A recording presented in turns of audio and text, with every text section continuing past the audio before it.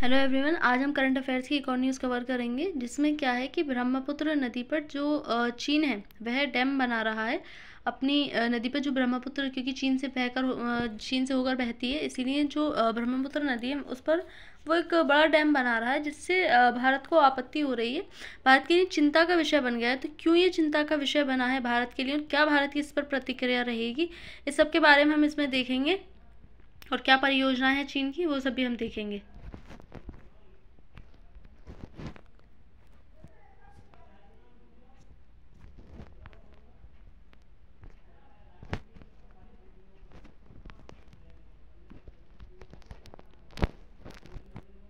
तो क्या खबर है, ये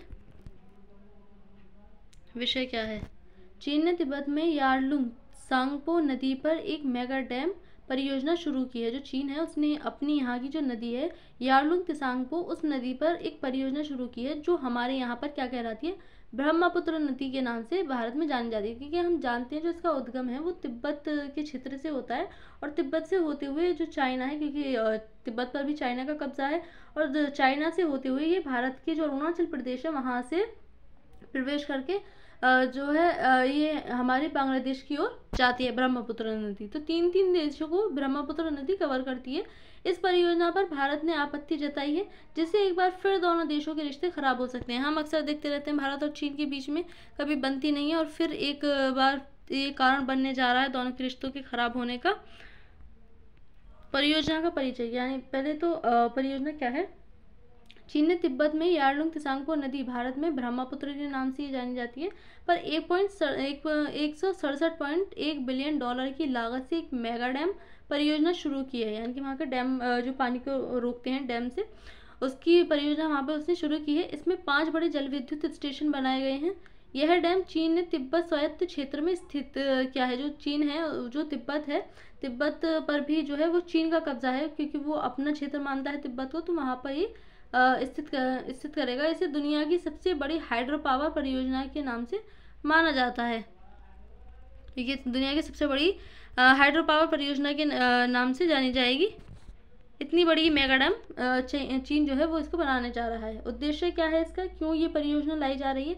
इस डैम का मुख्य उद्देश्य बिजली उत्पादन करना है। जो चीन के मतलब इधर साइड वाले क्षेत्र हैं जहाँ मेरे ख्याल से ठीक प्रकार से बिजली नहीं हो पाती होगी, तो वहाँ पर उनको भारी मात्रा में बिजली उत्पादन करके देना है। क्योंकि हमें पता है जो डैम होते हैं उसमें जो डैम होते हैं वहाँ पर पड़ने वाला जो पानी होता है, जिसके कारण जब डैम से पानी गिरता है तो वहाँ पर टरबाइन लगे होते हैं। टरबाइन के घूमने से क्या होता है, बिजली का उत्पादन होता है, जिससे बिजली बनाई जाती है। नदी के जल प्रवाह को नियंत्रित करके सूखा और बाढ़ से बचाव करना, संभावित रूप से नीचे के देशों बांग्लादेश व भारत, क्योंकि जो ब्रह्मपुत्र नदी है त्सांगपो वो भारत और बांग्लादेश में भी आकर के बहती है, पर दबाव बनाना इन जो देश हैं इन दोनों को अपना नियंत्रण स्थापित करना। जो कि अमेरिका की तरह हमेशा चीन भी जो है खुद को सर्वोपरि मानता है। जल को भविष्य के रणनीतिक हथियार के रूप में इस्तेमाल करना, आने वाले समय में यदि इन देशों से जो कि भारत से उसकी स्थिति कभी ठीक होती नहीं है,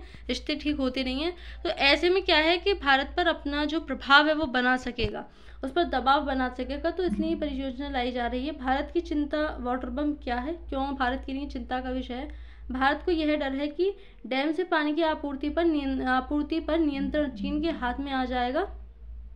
बाढ़ या सूखे जैसी स्थिति कृत्रिम रूप से उत्पन्न हो सकती है। जो अभी बाढ़ या सूखे की स्थिति बनती है वो प्रकृति यानी कि प्राकृतिक रूप से होती है, लेकिन जब यह स्थिति चाइना के हाथ में चली जाएगी तो भारत को डर है कि वो कभी भी पानी हमें दे सकता है, कभी भी उस पानी को कितने ही टाइम के लिए रोक सकता है। तो इससे कृत्रिम रूप से इन जैसी परिस्थितियों का सामना हमें करने को पड़ सकता है। पूर्वोत्तर भारत पर सुरक्षा और पारिस्थितिकी खतरे उत्पन्न हो सकते हैं। जो पारिस्थितिकी तंत्र है उसमें कहीं ना कहीं गिरावट आ सकती है भारत में। रणनीतिक प्रभाव क्या है इसके, जल को हथियार के रूप में इस्तेमाल करने की संभावना है। भारत चीन संबंधों में तनाव बढ़ेगा। इससे भारत को कमजोर कर उस पर अपना आधिपत्य स्थापित करने की ये जो योजना है उसको लाई जा रहा है, जो भारत को ऐसा लग रहा है। पर्यावरणीय प्रभाव क्या पड़ेंगे, जो पर्यावरण उस पर क्या प्रभाव पड़ेगा इस योजना का। जैव विविधता को खतरा हो सकता है। जो भारत है वहाँ पर जब पानी ही नहीं दिया जाएगा तो हमें पता है कि पानी से किस प्रकार की जैव विविधता बनती है, और पश्चिमी बंगाल में जो पश्चिम बंगाल है हमारा, वहाँ का जो सुंदरबन है, डेल्टा है, वहाँ पर जो गंगा के कारण डेल्टा बनता है, वहाँ पर हम देखते हैं पानी की जगह पर अत्यधिक जैव विविधता पाई जाती है।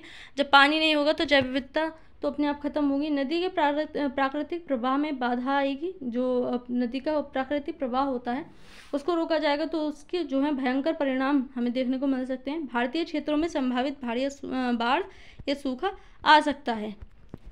अंतर्राष्ट्रीय दृष्टिकोण से अगर हम देखें तो चीन का कहना है कि वो अपने क्षेत्र में निर्माण कर रहा है, यानी कि चीन साफ कह रहा है कि हम अपने क्षेत्र में निर्माण कर रहे हैं और अपने क्षेत्र में हम कुछ भी कर सकते हैं, चाहे हम नदी को बनाएं या नदी का पानी कहीं भी मोड़ें, वो हमारी मतलब हमारी जिम्मेदारी है, इसमें कोई मैटर नहीं कर सकता है। भारत ने चीन की इस प्रतिक्रिया पर पहले भी चिंता जताई। हम अक्सर न्यूज़ में पढ़ते रहते हैं कि ये मुद्दा भारत अक्सर उठाता रहता है, क्योंकि भारत के लिए गंभीर चिंता का विषय है। और कोई जल संधि या समझौता नहीं है भारत और चीन के बीच ब्रह्मपुत्र पर। जिस प्रकार से जो पाकिस्तान और भारत के बीच में हम सिंधु जल समझौता देखते हैं, इस प्रकार से चीन और भारत के बीच में कोई ब्रह्मपुत्र जल समझौता नहीं है।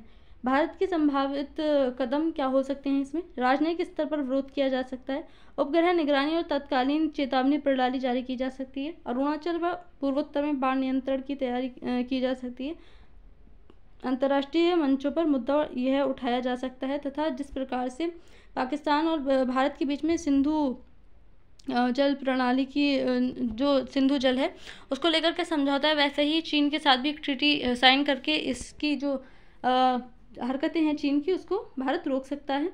निष्कर्ष क्या निकलते हैं इसके? यह डैम परियोजना केवल ऊर्जा उत्पादन नहीं बल्कि एक रणनीतिक कदम भी है।